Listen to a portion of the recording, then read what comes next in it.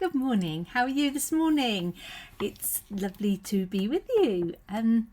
So I was just distracted thinking, how am I going to explain this? Where am I going to start?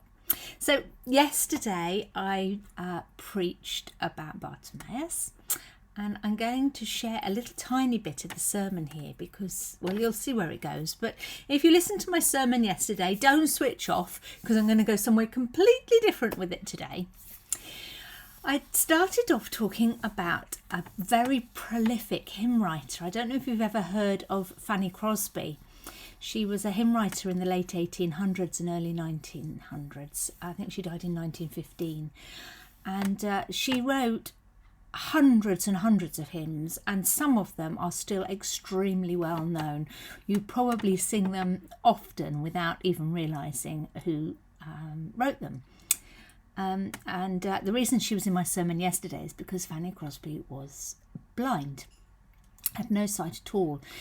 And I was sharing with people an interview that I came across with her, in which the interviewer asked her if she would like to have sight.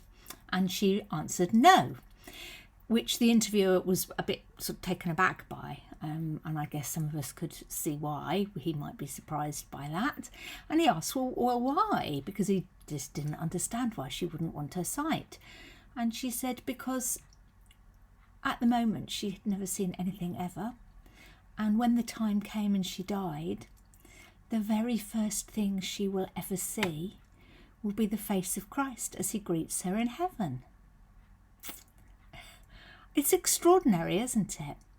But wow, to have that kind of belief and faith and trust and attitude towards her life and what she had been given and what she had not been given. One of the hymns that Fanny Crosby wrote was To God Be the Glory. And knowing this, and as I was driving around yesterday to various services and so on, I just kept singing it. And I realised how important it was as a hymn for her, probably, but how important it is as a hymn for us. I'm sure you know it, but let me just read a little bit of it to you. The first verse begins, To God be the glory, great things he hath done. And then the chorus is, Praise the Lord, let the earth hear his voice. Praise the Lord, let the people rejoice. Come to the Father through Jesus the Son. That'll be my phone. And give him the glory, great things he hath done. And that's the different direction I want to go in this morning, because I suppose it's a bit of a confession, or just it's being real, and I know that I'm not alone with this, but when things don't go great, I'm very quick to say, how does that fit in with God's plan? And I always want to blame God when things don't go well. It's the first place to turn, isn't it? But if things are going really well in my life, and if something lands well or I'm successful at something, then I'm really pleased with myself and proud and take the glory. And so if things are going well, it's because I've worked hard and achieved. And if things are not going well, that's God's fault. And I say that really bluntly, and I don't want to offend or upset anybody with the bluntness of that. I suggest that what I'm thinking is kind of what everybody else is thinking, really, but maybe isn't brave enough to admit. Now, I know better than that, and actually I work very carefully to make sure that I don't blame God for the rubbish and take the praise for the good stuff in my life. I recognise that God is in everything. But do we ever give God all the glory? That's what that hymn is saying, isn't it? To God be the glory.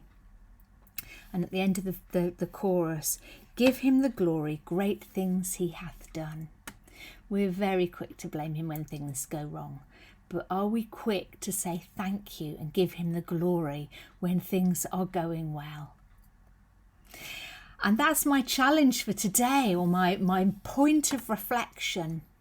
Fanny Crosby didn't seem to have too much of a problem in terms of writing hymns that tell us how we should be making our relationship with God. And I leave you with that idea that she was looking forward to going to heaven, so that the first thing she would ever see would be the face of Christ. To him be the glory. Have a lovely, lovely day, and I shall be in touch if you're not in touch with me. And I hope you have a good one. Lots of love and God bless. Bye bye.